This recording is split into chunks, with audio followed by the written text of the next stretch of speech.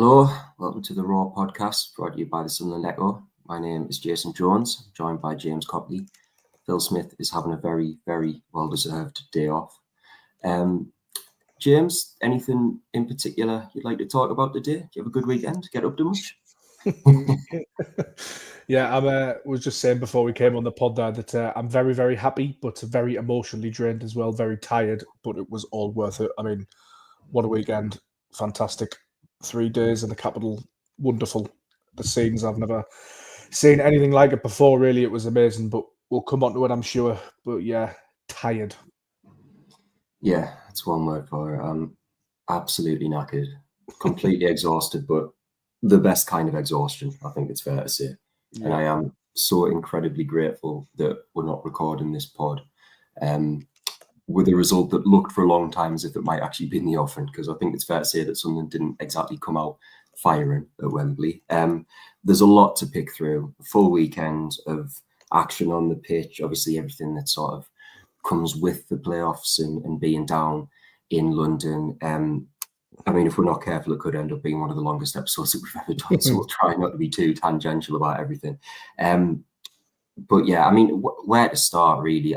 Maybe let's go through it almost chronologically. We got down on the Friday, obviously the long journey down from the northeast and headed pretty much straight to Trafalgar, as is becoming something of a tradition for Sunderland. I think it's fair to say that Sunderland have been to Wembley almost an unusual amount in recent years. The scenes in Covent Garden and then down to Trafalgar, just absolutely wonderful as always. The fans coming together, the atmosphere was electric. Obviously really sort of an optimism tinge with the usual nerves, but for the most part, I thought I had the feeling that I wrote a colour piece about it. So it almost felt like a long-awaited family reunion, people meeting up with people they haven't seen in a few years and just sort of basking in the glow of Sunderland being once again on the cusp of something. I mean, it was a wonderful evening Friday, wasn't it? It was brilliant. It was one of my favourite evenings ever for numerous reasons. We got to our hotel and checked in fairly quickly because we were slightly delayed. The tube, there was a fire on the track, wasn't there? So we struggled getting to our hotel. But once we managed to get there, as soon as we got onto our tube station to get back into London, we saw people we knew, didn't we? So that sort of kicked it off. And walking to Covent Garden, just bumping into half of Sunderland as well. People that I rarely see, but have seen like 3 or 4 times in London over the weekend. It was phenomenal. The atmosphere was brilliant at Trafalgar Square. The scenes are always incredible. Just, bumping into friends. And we were both lucky enough to be tasked with sort of capturing the scenes with photographs and videos. And we were wandering around sort of asking people for photos for the Sunderland Echo. And everybody obliged us straight away. Everybody was so nice to us. It felt like a real family. Met a load of really, really good people, which was the highlight of my weekend. Bumped into loads of Sunderland content creators who do a great job. The likes of Graham Falk, Michael Bowers, all of those lads, Dave Lawrence, Brad Sharp. It was just class. And then on a sort of a more personal note, once I'd finished sort of documenting that and finished my work, I went to meet my great uncle, my uncle, and my 2 cousins, Jameson, who's only 13, and Matthew, who's slightly older than me. I'm 30. Jameson is born in Australia to my great uncle, who's English, but his mother's Australian. So this was his first ever Sunderland match. Just incredible to see him soaking up the scenes, and I'm so glad we did it in the end for him. And I spent a lovely night with me family in their hotel with a few drinks as well. And then, yeah, it came to game day, didn't it? And I think that's what's special about those occasions, isn't it? Those couple of things I've described there. There's another 40,000 people who've got exactly the same story, and I think that's absolutely wonderful. The unity, the passion. I think Northeast clubs like going to Wembley in particular because it's almost like a reminder to the rest of the country that we're still here. I think politically we can feel quite detached. We're quite a long way from Westminster. Don't want to get too political, but there's been a lot of decisions from various governments, whether they be red or blue, over the years that have made us feel quite isolated.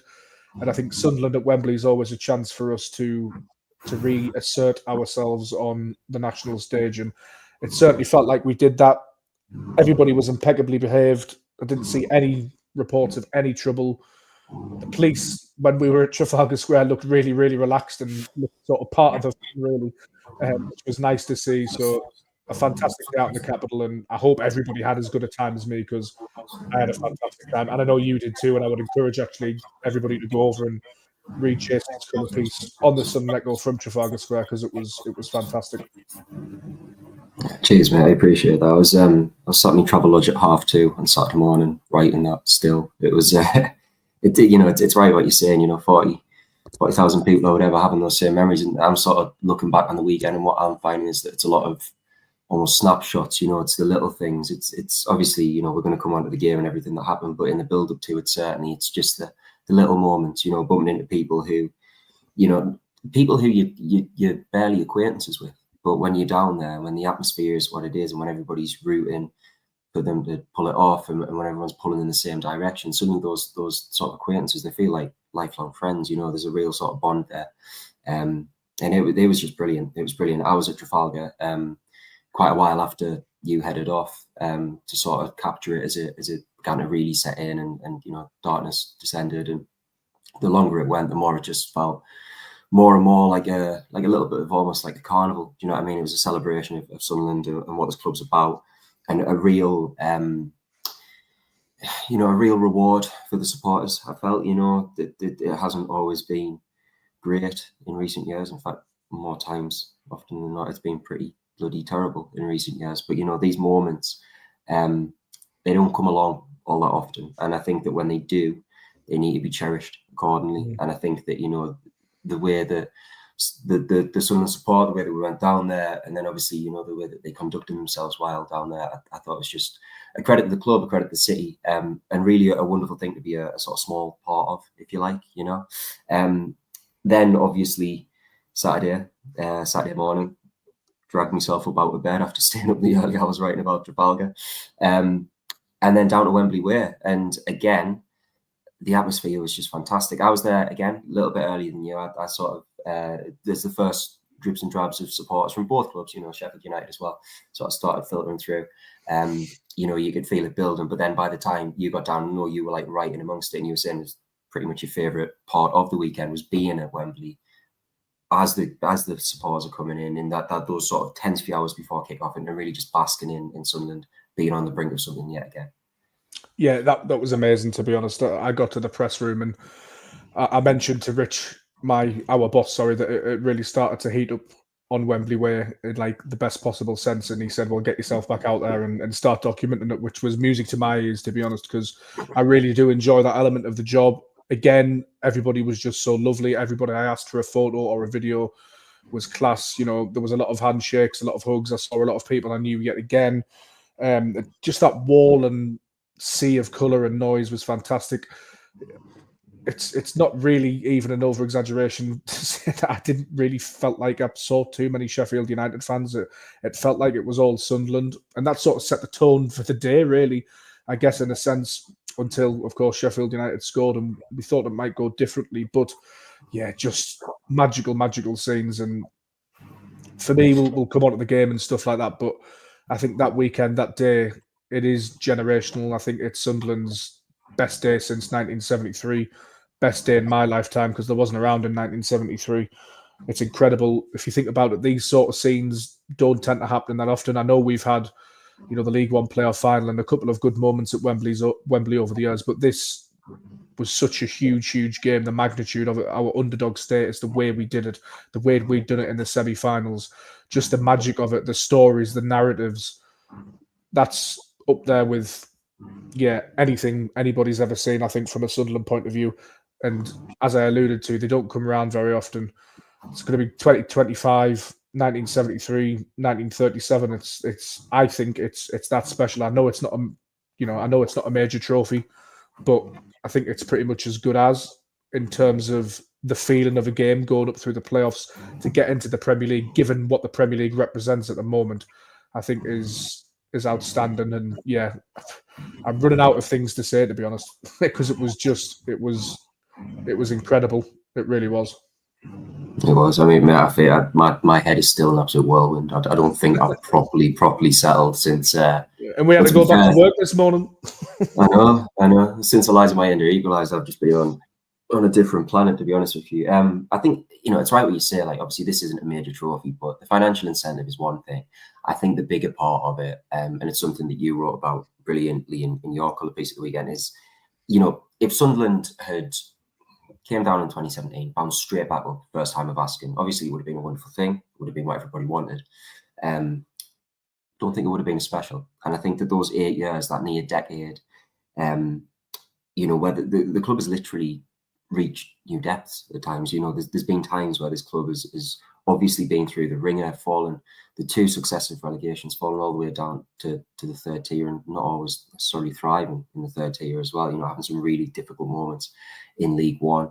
The bounce back, that first season under Mowbray, and the sort of the disbelief that they managed to make it as far as the playoff semi-finals that time, and then obviously last season was what it was. It was a difficult, especially towards the back end for a number of reasons.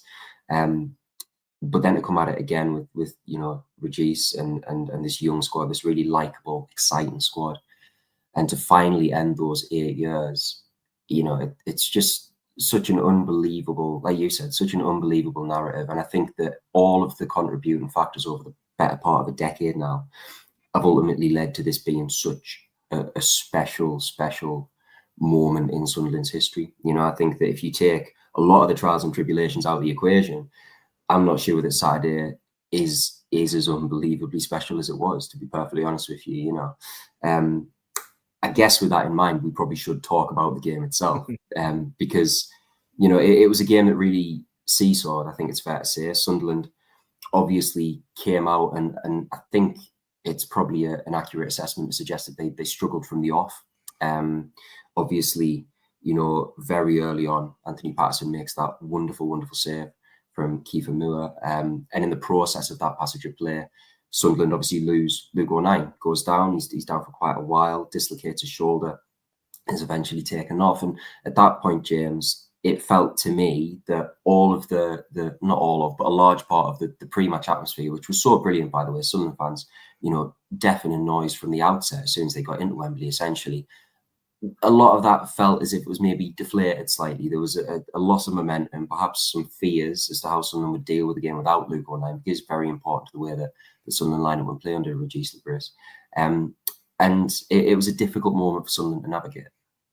Yeah, it was a really poor first half. I don't think we need to beat around the bush. When that Luke O'Nien injury happens, you do wonder if it's going to be your day. And I think in the build-up, we all said, whatever happens, whether we go up, we really hope Sunderland do turn up and put the best foot forward. And for the first half, I didn't think they really did that, to be honest. Sheffield United did well. There was perhaps a little bit of deer in the headlights, rabbit in the headlights with it being such a young team. But that Anthony Patterson save in the first half was so important. That could have been a very, very different game. And there's obviously a little bit of VAR controversy to come to as well. But it was a strange first half in a sense that Sunderland were subdued. I do think that filtered across to the crowd, but I do think there was a point in the second half where the crowd actually started to really get behind Sunderland and actually drove Sunderland onto that equalising goal. But it was an incredible final to watch. And I felt gutted for Luke O'Nien at the time. I think he's such a warrior, isn't he? He's commented after the game about how much pain he was in.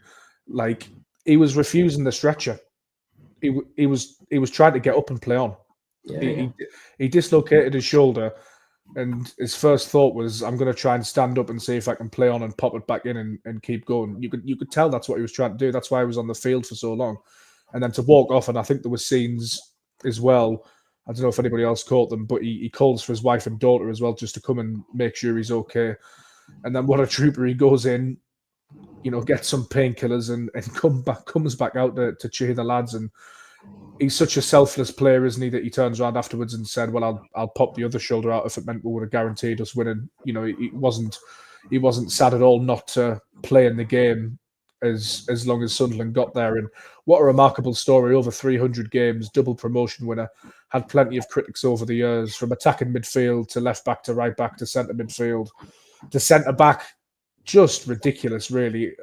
Truly now a club legend. He's actually club captain as well, with Dan Neil taking the role as team captain. He's a hugely influential figure and a thoroughly deserved rise to the Premier League from League Two. that's 3 promotions through now he's had, because he had that with Wycombe Wanderers, didn't he? So just a brilliant story and proof of really of what you can do when you take this club to heart and work hard. I'm sure he wouldn't mind me saying he's probably not the most naturally gifted footballer there's ever been, but what sets him apart is the hard work, is his availability, is his application. Just a brilliant ambassador for the club. I think whatever happens now, he's cemented himself in Sunderland folklore. And for a long time, his Sunderland career didn't look like it was going to get going, really. He had his debut against Charlton Athletic. It was horrendous, hooked at half-time. And then he lost 2 Wembley finals in his first season. You know, there was the COVID stuff. He was still around the club at that point as well. All these trials and tribulations we mentioned, Luke O'Nien was at the heart of them. So I am over the moon for him. Yeah, I don't. What was the initial question, Jace? I don't even know what we're talking about. But yeah, the game improved after the first half, I think, is what I'm trying to get at. Yeah. I mean, look, we spoke to Luke O'Nien after the game, and it was really lovely to see how buzzing he was. By his own admission, I think at least some of that was the morphine, because they had to give him a lot. I mean, he said he could barely see straight. He could barely walk straight when he initially did it. A horrible pain that he must have been in. Anyone who's dislocated anything knows that it's no joke. You know what I mean?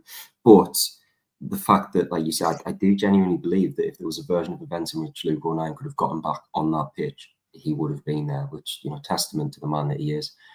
Very much a sort of modern day Mr. Sunderland, isn't he?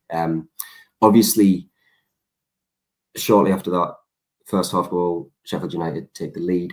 Could have been a lot worse, because then they did have the ball in the back of the net again. Harrison Burrows, really good strike, it has to be said. Obviously, you can say that now with a certain amount of relief, because it didn't count. But it was an interesting one, wasn't it? Because I think initially, certainly from where we were sat, it didn't necessarily look as if it was going to be ruled out. Sunderland were lined up ready to kick off again. It seemed as if the VAR check took a while, as these things tend to do. But I'm just sort of interested to get your feeling on the decision itself. I mean, do you think it was the right one? Obviously, it's Vinny Souza coming back from an offside position. It's being adjudged that he is preventing Patterson from making a full attempt to prevent the goal, to play the ball. I mean, do you think that was the right call on the day? I think there's several facets to this. Obviously, Chris Wilder came out after the game and he questioned whether it's right to have VAR in action for a championship playoff final when it hasn't been in action across any of the games in the regular season or the playoffs. And I do get that. I think sometimes when it's not implemented universally, I think that raises a few moral and ethical questions. I don't like it in the FA Cup when sometimes have it and sometimes don't. I think it can skew games differently. It would be nice if everything was sort of uniform. So if we're going to have VAR, let's have it. Although I do understand the argument, and it's valid, that it's arguably the biggest game in the British football calendar, the Championship playoff final. It's certainly the most lucrative. So you do need to get things right. In real time, I didn't think there was anything wrong with the goal, to be honest. Didn't think anybody was offside. Our position, though, you don't really sort of get that good view of it. So we were sort of behind it all the way to the left. So it was very difficult, wasn't it? We just saw a sea of bodies. However, I do think the officials got the right decision in the end. We discussed it at length in the car on the way back, didn't we? And I think he's interfering with play. He's definitely in an offside position. I think he gets in Anthony Patterson's eye line. I've seen a couple of people like freeze it where he's not on his eye line, but he's definitely in the periphery vision and then moves across, in my opinion. And I've been surprised actually by ex-Premier League officials saying that, you know, it should have stood. I don't think it should have by the letter of the law. It did seem to take a while to get there, but I think on this occasion, maybe I'm a tad biased, but I think it was the right decision. Yeah, I mean, again, slightly biased here. I'm tempted to agree. I think for me, it's he doesn't necessarily even have to be in his eye line. Where he stood is exactly where Patterson's going to be moving towards the ball to try and prevent it. You know, that's not to say that Anthony Patterson would have saved it if Vinny Souza wasn't stood there. It was a really good strike. But the point is that with Souza being in the position that he's in, it prevents Patterson from being able to make a full attempt at the save. You know, even if he moves out of the way to allow Patterson to eventually dive, at the time of the strike, he's in an offside position, which is going to prevent the goalkeeper from making that movement. And I think for that reason, it is the right decision. I sort of agree with you. been a little bit surprised by how divisive it's been, especially given the sort of precedent that we've seen from other decisions in recent times. And the Chris Wilder thing, like, look, again, I completely hear what you're saying in the sense that that inconsistency, obviously, I understand why he's talking about that. The sort of counterpoint of that would be that for me, Chris Wilder is essentially saying, I didn't want VAR in that final because I wanted us to get away with one. Yeah. And if you're ultimately arguing that there shouldn't be VAR so that you can get away with a wrong decision, then that doesn't necessarily feel right to me. You're mistaken football managers for having anything other than their interests in their head. Well, exactly. But I just think it's a bit of a wobbly platform to be building an argument on. No, it is. It definitely is. Yeah, but it was a massive. I think it was a massive turning point. It's a massive moment in a game. As I say, we discussed quite a lot in the car, didn't we? But moments really do make football games, and they really do make finals. And that was definitely up there, because when that flew in, my heart sank. And it could have. I don't think it's any exaggeration to say, if that had gone in, then that Sheffield United team could have gone on to have a bit of a procession. I think possibly. It could have been 2, could have been 3, could have been 4. You never know. We'll never know. Sunderland might have gone 2-0 down and turned it around and done 3-2. You never know. But for me, I think the timing of the goal as well, it could have been fatal, that, let's face it. Yeah, no, I fully agree. And I think that even though it took Sunderland till the second half to probably get going, it felt like a real turning point. I guess with that in mind, we should probably talk about Sunderland's resurgence and obviously the performance in the second half that ultimately led them to promotion. Took them a while to get the equalizer. 77th minute, Eliza Menda found the back of the net in that fashion that we're becoming so accustomed to, aren't we? The power, the directness, the clinicality that he just repeatedly shows. And I'm sure we'll talk about him in some detail, because the rise that he's had since that Hibernian loan spell last season is quite frankly ridiculous. But before that, I think maybe just a little word on Brees and his substitutions, because they really did make an impact. Obviously, Patrick Roberts getting the assist, Tommy Watson would go on to get the winner, but it felt like a real brave and bold move from the Brees. Obviously, he went to the sort of 4-man midfield. He took Dan Neil off, captain, and really looked as if he was going out there to try and seize this game, because it needed some sort of change. And obviously, by seizing that initiative, he eventually got his rewards.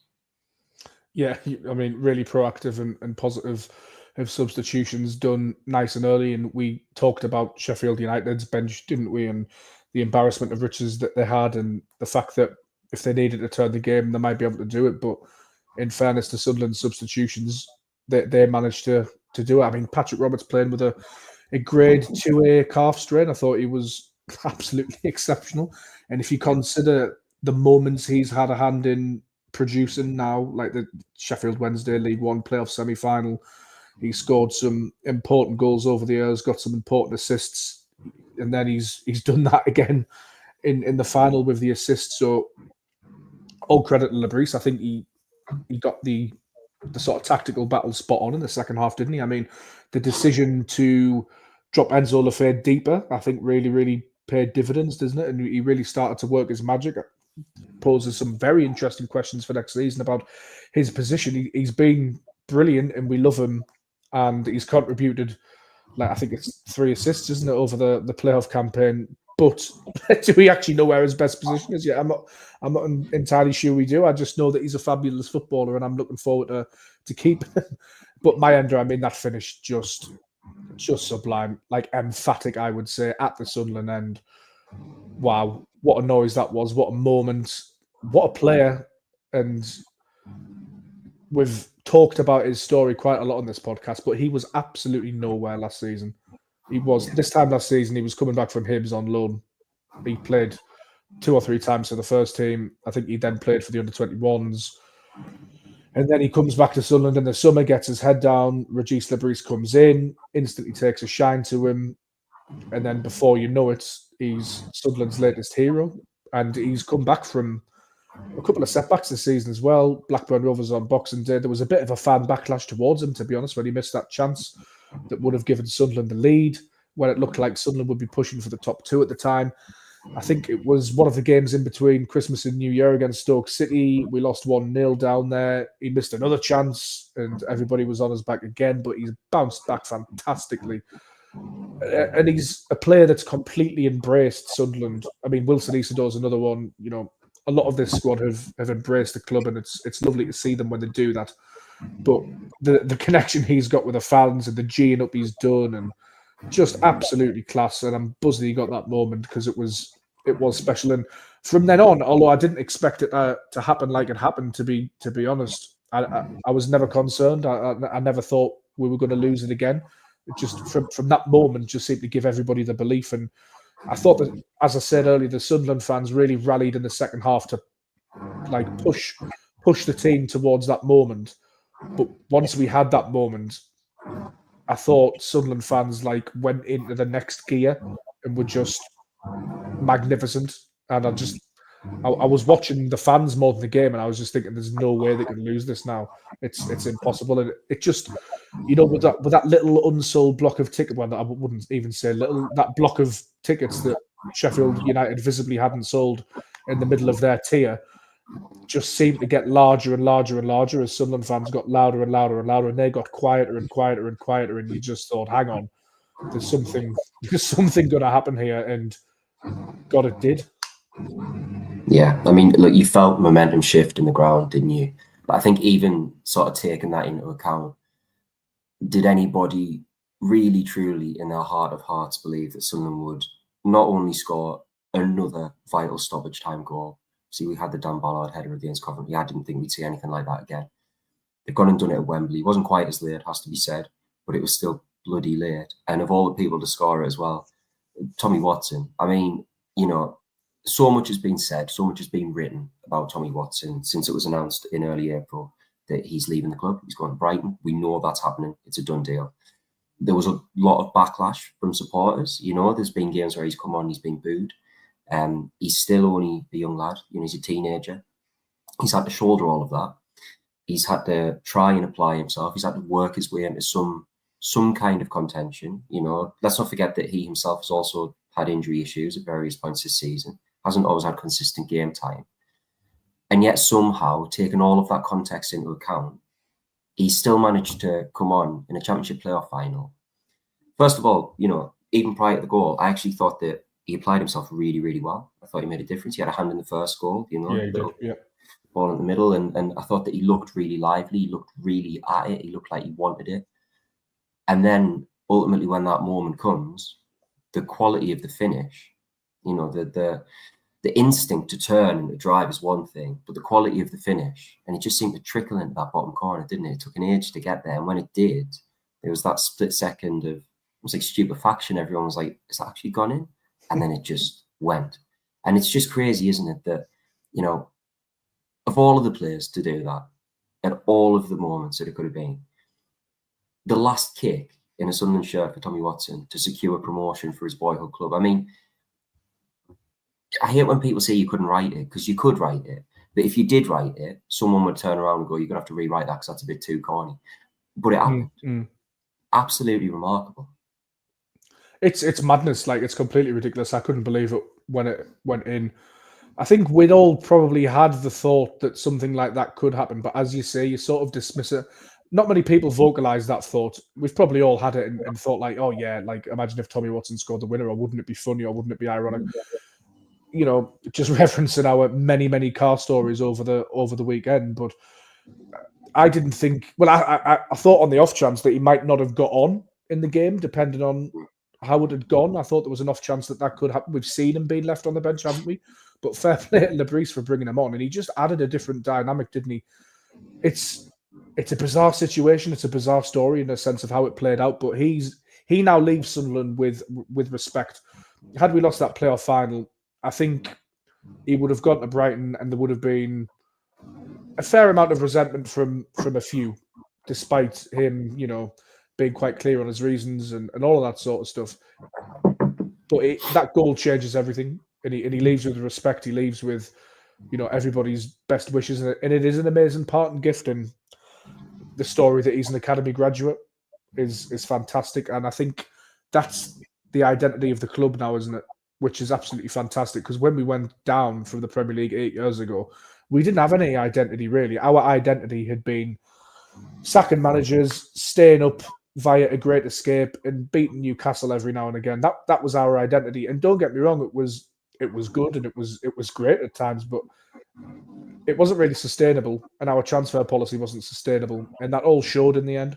And we went down and we floundered, and we were kicking around League One with, with all due respect to these players, because some of them are good pros, but we were watching the likes of Max Power and Tom Flanagan and, Baldwin and McFadzean, and we were signing the likes of Vogans and stuff like that. And you just wondered, what are we doing here? What is the plan?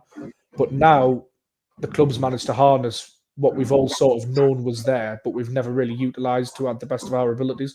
And that's the academy. That's the strength of feeling around the club. And to have Dan Neil, Chris Rigg, Tommy Watson, Anthony Patterson, Harrison Jones in the squad as well, it's amazing, isn't it? And it's given us something to sort of cling on to. It's probably unlikely that Sunderland will ever win a major trophy like in our lifetime. I hope it happens. So you look to moments, don't you? And you look to sources of pride within your football club. And I think the way Sunderland have done this is a real source of pride to me and a real good story. Again, I'm completely meandering off whatever point it was we started to initially make, but I think it makes it all the sweeter, doesn't it, is what I'm trying to say, that it's an academy graduate who scored the goal and that there were so many in the squad. And I think that pathway is brilliant. And it's been, I've watched Tommy Watson come up through the under-21s, and he was a joy to watch. Like, I've been tweeting about him. If you go on my Twitter and search James Copley, Tommy Watson, I'll tweet about him for a couple of years. So to having seen him play against teams in the Premier League 2 in front of about 500 people in November when it's freezing, to then doing that at Wembley not long afterwards, it's what an advertisement for the club that is. And, why wouldn't you want to come to Sunderland after seeing Mayenda's goal? Because if you're a young player, you're going to get opportunities and you get the chance to become an absolute legend. Yeah. And Saturday afternoon, you got the captain, Dan Neil, academy graduate, the match winner, Tommy Watson, academy graduate, man of the match, Pato, academy graduate.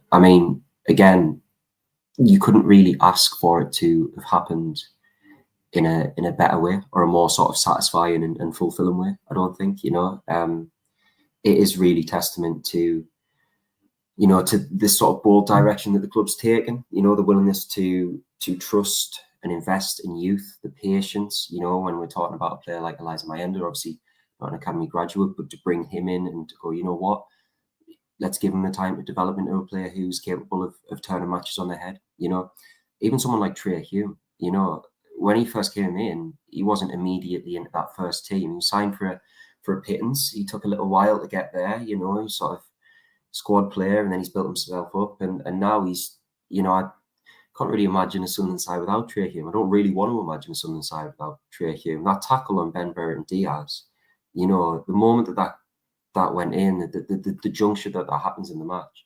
And there was genuinely a point at which I was like, he might have killed him. He might have killed him, because he hit it so cleanly. And look, I'm not taking the mick or anything, because, the way that Ben Burton Diaz then reacted to it, you were like, bloody hell, he has hit him. He's really hit him. And it's just the little moments like that, he's not going to be on the score sheet and he's not going to get the man of the match award, but pivotal little things like that can change the course of games, that can inspire crowds, that can G up a side. And, while they were, for the most part, pretty dreadful in the first half, I thought that there were several moments scattered throughout the second half in which Sunderland really dug deep, showed the resilience, showed the togetherness, of this team. And ultimately, you could argue whether they were good value for the result over the course of 90 minutes, but certainly the way that they equipped themselves in that second half, they absolutely deserved to be in and around it come the end. And then obviously Watson is able to take that chance at the last moment and win it for them. And when he does, James, the scenes of celebration are just on another level, aren't they? Yeah, it's so weird, actually. And it's probably worth noting as well that that's the youngest ever team to play in a championship playoff final. I think the average age on the day was like 23, and then it got slightly younger when 09 went off for Mepham, who we should mention actually has grown into the game very well. Lebris actually switched the centre backs as well, didn't he, at one point, which was inspired. Like, what a decision that was. It just, I don't know. I wasn't thinking that was a possibility or that it was even something that he should do. But as soon as he did it, it was like, okay, that makes sense. That's just instantly improved us. What was the question again? The initial question? How good were the celebrations? The celebrations were class. Everything was class. I mean, the club released a video and it's like every angle of the Watson goal. It's like 15 minutes, and I would thoroughly recommend that you go back and watch all of it because it's just fantastic. The shirt comes off, he runs over to the Sunderland fans, and yeah, wild celebrations that'll live a long time in my memory. Just, I mean, it could never get as good as this, ever again. Like, what a 2 weeks we've had. I mean, the Coventry City game at their place where we hadn't won in 40 years. Everybody wrote us off. We won the game with about 4% possession. Everybody cried about how essentially bad a football inside Sunderland were and how Coventry deserved to win. And Frank Lampard was such a footballing purist that, we should all bow down and kneel at the altar. And we just went, nah, no thank you.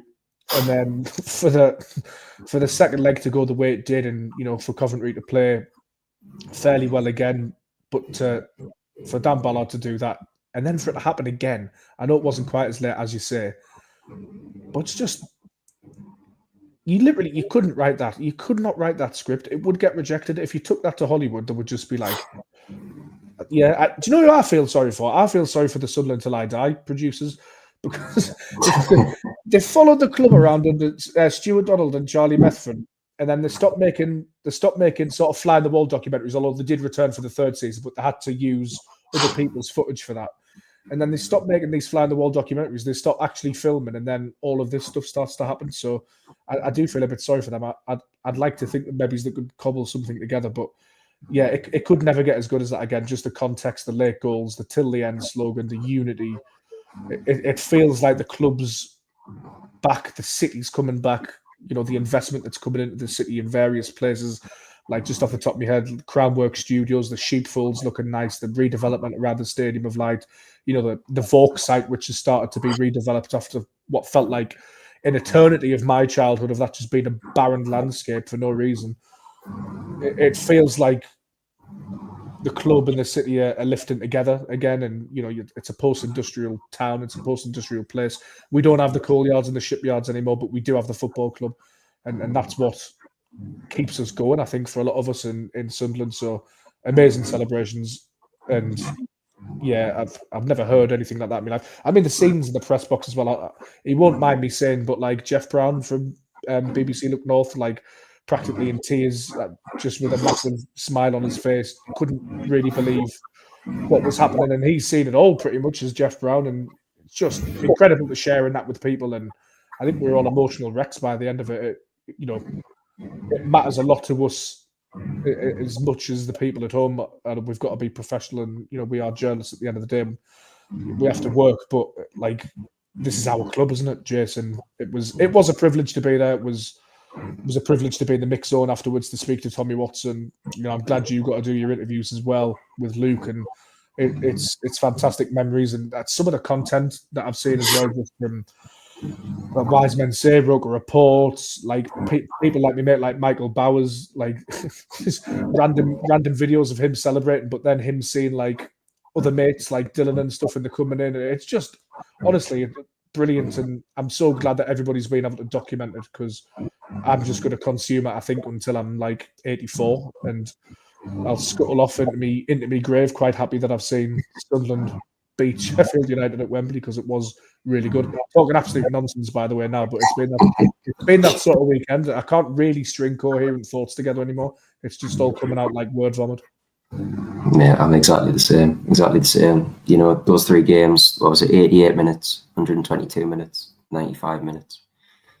Whoever came up with the till the end slogan must be absolutely buzzing with themselves, because the serendipity of it is just phenomenal, isn't it? Like, I need to shout them out, but my mate Graham Falk, who works for the same company as us but does the What the Falk podcast as well, I think he tweeted something out before the Coventry first leg when they announced the till the end thing, and Graham made the point that isn't this slogan a little tired now? And I didn't think anything of it at the time. I was like, it's an interesting thought.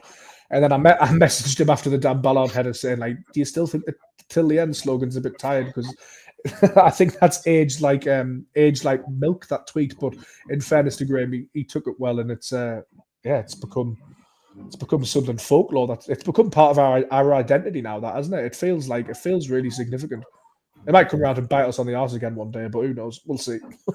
Yeah, you never know. You never know. I think one thing that I've really enjoyed, and I know I've said this to you a couple of 3 times over the weekend, is that there's been so many sort of junctures this season where Sunderland have been written off from the outside. You know, when Lebris initially came in, relatively unknown entity, I think there were a lot of people, even some people around the club, who maybe weren't overly sure as to how well he would adapt to the English game. You know, he'd obviously had a relegation with Lorient, which never looks good on a CV. I think there were a lot of trepidatious thoughts, quite a lot of fears there. You know, Sunderland obviously have that electric start, and suddenly it's like, well, okay, well, they're not going to sustain it, though, are they? Look how young they are. And then they do sustain it, and they get into the playoffs, but they lose those last 5 games. Everyone's losing their heads. I think, you know, I won't be ashamed of admit that even, you know, I was going, hang on, it's going to be hard, isn't it, to turn this one back round? Yeah. And Lebris is the calmest man on Weir's side. And you lose those 5 games and you go into the playoffs and they go, right, okay, well, they can't switch it back on. They're obviously going to get beat off Coventry. And then they don't. And you go, right, okay, well, it's Sheffield United at Wembley, though, so obviously they're not going to beat them, are they? And then they do. And at every single step this season, there's been some form of dissent from the outside, writing this Sunderland team off, writing off this young group of players, you know, thinking that the bubble's going to burst. And it just never, ever has. And, you know, the Premier League next season, and I do want to come on to this because we probably should start to wrap this up at some point. Premier League next season is going to be a hell of a challenge. You know, we've seen the trend over recent seasons. You know, the 3 teams who went up last year have come straight back down, you know, and that happened the year before as well. Sunderland are really going to have to book that. They're going to have to find a way of ultimately bringing that to an end, you know, whether it's recruitment, whether it's development of the players they've got, whatever it might be. You know, it's not going to be easy for them. But the one thing I would say is that, again, I can't really afford to write this group off, can we? Because at every single step, they continue to astonish, to amaze. And the pride as a Sunderland fan, like you say, we're journalists first and foremost, professionalism, fair enough. But I'm a Sunderland fan, and the pride I feel in this group is just absolutely immense. You know, on that note, I'm talking about the Premier League. This game, James, I think a lot of it, obviously the fears were, you never want to go to Wembley and lose. You never do. But there was almost this underlying concern, a sort of unspoken thing, that if Sunderland had lost that game, not only would they have stayed in the Championship, there would have been a lot of players who would have been on a lot of clubs' radars. You know, you go through the team and name your Trey Humes and your Dan Neils and your Dennis Sergens and your Chris Riggs. And, you know, obviously there is still the possibility the players will leave. Obviously there are the Joe Bellingham rumours doing the rounds at the moment. We should probably touch on them at some point as well. But how much could this mean for Sunderland in terms of them being able to retain the core of players who have actually brought them this far and got them back into the Premier League? Well, around to the tune of 220 million just off the bat. So, I mean, that'll help. One of the best things about Sunderland's promotion, as I mentioned earlier, that Enzo Lefebvre is going to stay. So that's one bit of business done. You know, let's not beat around the bush. I think we're going to need reinforcements, added experience. Where that comes from, I don't know. How they're going to do it, I don't know. It's not my job. I'm interested to see how Christian Speakman, who's done a very good job on Weir's side, is going to use, you know, that money. How much of it is going to be made available? We've sort of got more questions than answers.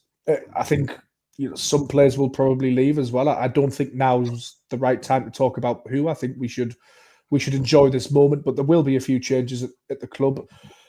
And making a fist of surviving in the Premier League seems very, very difficult at the moment, doesn't it? Because the promoted teams, more often than not, seem to come straight back down. I saw a stat on Match of the Day. I haven't got it in front of me or to hand, but it was the points totals of the worst performances from newly promoted clubs in terms of points totals. And, you know, 2 of the worst 5 were in the last 2 seasons or something like that. So it underlines the magnitude of the task. Interestingly, I think the way Sunderland play might help. I don't think we're going to go in the Premier League and try and pass the football. You know, we although we didn't give up as much as we usually do against teams against Sheffield United. We actually had more possession than Sheffield United for a change.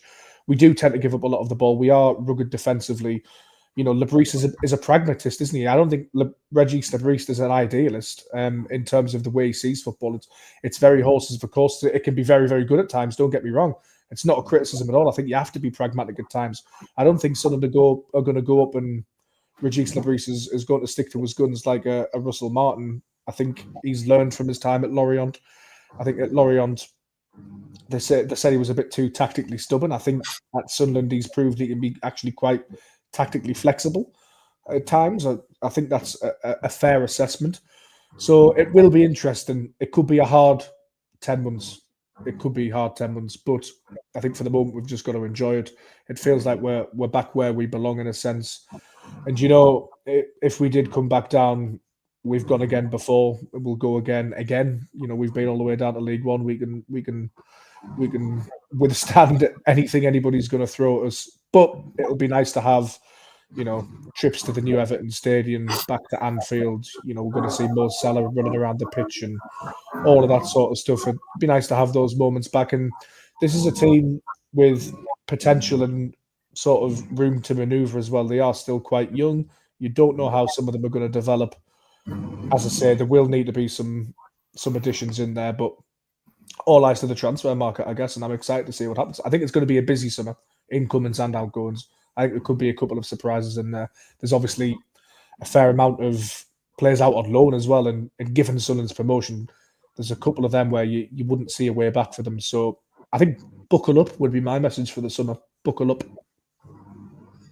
Yeah. Again, like you, very, very, very intrigued to see what Christian Speakman can do with a little bit of money in his back pocket. I think that, he's had his detractors and his naysayers at times. I think that you'd have to say he's been vindicated in an awful lot of what he's done. Not every signing's been perfect, but the general trend of the club is ultimately turned into the Premier League. I think that's a remarkable thing, really. I think what's really interesting, and this promotion does raise an interesting question, Jay, is a sense that, like, when you're in League One, you can buy a flounder and Patrick Robertson, a flounder and Jack Clark. You can get Trey Hume from Northern Ireland. You can pluck Dennis Sergen from Tottenham's under-21s. I'm not saying this is all easy to do because it requires a vision and a strategy and talent identification, all of that sort of stuff. But that becomes harder to do in the Premier League. It's become harder to do in the Championship since someone got promoted from League One. You do need to sort of set up almost a different pathway. Again, the academy as well, it's going to be hard for someone like Harrison Jones to come through when Sunderland are in the Premier League and get minutes. It does change slightly. The parameters shift. And you wonder how Sunderland will adapt. I back them to adapt because there's some fantastic people working at that academy within that pathway. Graham Murty, Robert Nichols, Stuart Harvey, Christian Speakman himself. I hope the club stick to its guns in terms of the identity that we've mentioned earlier. I think it will, but the Premier League does do mad things to teams sometimes, and I hope this doesn't happen because I think most of the club are very, very level-headed. But you don't want to see Sunderland sort of forget what got them here, even in the face of some bad results, if that makes sense. I hope the strategy continues because it has worked well for us. And I think as well, whereas maybe when Sunderland initially came down, there weren't those blueprints in place. But if you look at some of the teams who've managed to sustain themselves as Premier League sides in the period since, I'm talking about the likes of Brighton, Brentford, and there'll be others like examples besides that I can't think of off the top of my head. But teams who have shown that there is a different way of going about things. You don't just have to go and spend on all these big names, or buy all of the best players in the Championship, cram them into a side, and hope to God that they can finish 17th. There are different ways of going about things, and you'd like to think that on the evidence of what we've seen, that Sunderland are maybe going to be one of those teams. But obviously, there's a long way to go this summer, and like you say, next season could be a difficult one. But at the same time, I think that we're getting massively ahead of ourselves, and I think right now the most important thing is for everybody associated with Sunderland, whether that's in the club, whether it's outside of the club, supporters, whatever it might be, is to just enjoy this, because like you've said, who knows when it'll happen again. It might never happen again. But this past fortnight, this week, this weekend, and the sort of the next few days, while the the heads are still up in the clouds. Mm. Just enjoy it, revel in it, because this has been so special. It has, and if anything underlines how special it was, it's Sheffield United's record at Wembley. I mean, I professionally and personally wanted Sunderland to beat Sheffield United, but you can't help but feel for them in a sense that weight of history that club has experienced. I know they've been up to the Premier League. I know they've had good moments and good times, but a club similar to ourselves in that they dropped down to League One, that is a big football club. And to have that record at Wembley, that must have been absolutely horrible for them. And we've experienced that. We've lost at Wembley in the last minute against Charlton. We've had heartbreak in 1985 and 1992 and 1998 and twice in 2022. It's been a slog, and sometimes you don't think it's going to turn. So you're right in what you're saying. That's why you have to enjoy these moments. And I think Phil eloquently wrote in his colour piece after the game something about raising a glass to those that aren't even here anymore. And that's really, really poignant, because in 10 years' time, you might be looking back over that weekend and there might be somebody who's not with us anymore, who you shared that time with. Just coming into my head there was Jack Shields, who was a young content creator who I didn't know too well, but was on a couple of podcasts with back in the day. And, he sadly passed away very, very young. I think a similar age to me and you, Jason. He would have loved it. And there's other people, that crop into my mind. And yeah, it's emotional, but that's why you do have to enjoy it, because you never know when it could happen again, and you never know who's not going to be there. You're absolutely right, mate. Absolutely right. Should we wrap it up there? Because we've sort of just rambled on for 50 minutes, and I think we're both been a joy. I've seen far too much of you in the past 4 days. I'm looking forward to a day off tomorrow, I must say. Yeah, honestly. Oh no, hang on! I've got to play football with you on Wednesday, so we reunite again. Oh god, I feel like I've spent 80% of the weekend on tubes. If I never see the tube again, it'll be too soon. Yeah. Anyway, if I never see the inside of a Premier Inn again, I wouldn't be too displeased either. Where we were in a travel lodge, weren't we? But my room was so small that I had cabin fever by the end of it. Especially when you're up right until 2 a.m. in the morning trying to find the right words. It is cry me a river. Some people will be saying, but thank you to the good people at Travel Lodge, I guess. I don't know. Anyway, right, that's all we've got time for on this week's show. Join us again next week, and we'll be discussing all of the latest Sunderland news and developments. And there's going to be a lot of them, believe me, because it's going to get busy. In the meantime, for all the latest Black Cats news on the Sunderland Echo, you can give us a follow on social media as well. Thanks to James. Thanks to you for listening. We'll see you next time.